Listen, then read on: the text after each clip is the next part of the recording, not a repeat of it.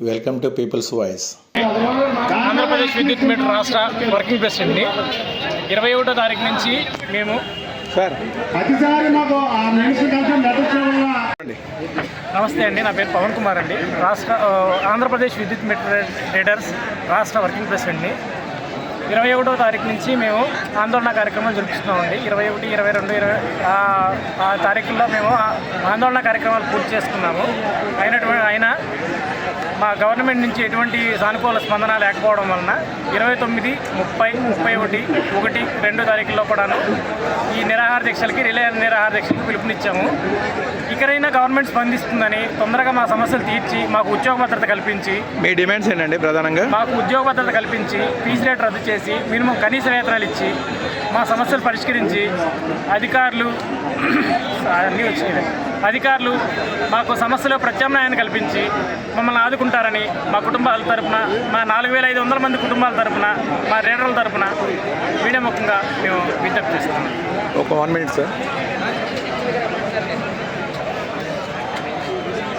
ఎంతమంది ఉన్నారండి దీనిలో? ఇక్కడ ఎంతమంది? 3,000 మంది వరకు హాజరయ్యారు. ఇక్కడ ప్లేస్ ఏంటి? విజయవాడ. ఇది ధర్నా చౌక్లో చేస్తున్నారు. ఓకే, మీరేనా మాట్లాడతారా? మాట్లాడండి. గత నెల రోజులుగా మా సమస్యలపైన రాష్ట్ర ప్రభుత్వానికి అలాగే మా యాజమాన్యానికి విన్నవించుకున్న మా సమస్యల పరిష్కారం కాకుండా, ఇంకా సమస్యల పరిష్కారం కాకుండా చేస్తున్నటువంటి యాజమాన్యాల పట్ల మేము యాజమాన్య నిర్లక్ష్య వైఖరి పట్ల నిరసన వ్యక్తం చేస్తూ మీరు ఈరోజు ఈ ధర్నా కార్యక్రమానికి పాల్గొన్నారు.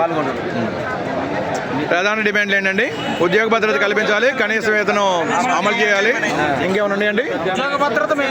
మెయిన్ మీరు చేసే క్యాటర్ ఏంటండి? విద్యుత్ మీటర్ రీడింగ్. మీరు ఎంతమంది? రాష్ట్ర వ్యాప్తంగా ఎంతమంది ఉన్నారు? 4,200 మంది.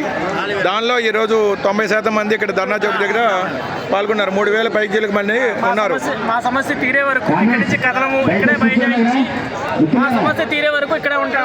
విద్యుత్ మీటర్ ఐక్యత, సమస్యల ప్రత్యామ్నాయ ఉపాధి కల్పించేంత వరకు విద్యుత్ మీటర్ సమస్యల పరిష్కారం అయ్యేంత వరకు ఉద్యోగ భద్రత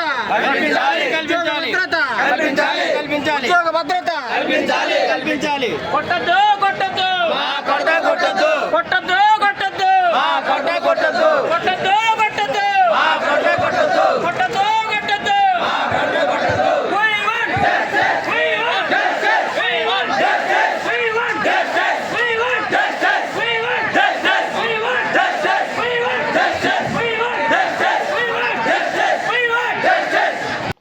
Thanks for watching. For more interesting updates, please subscribe my channel.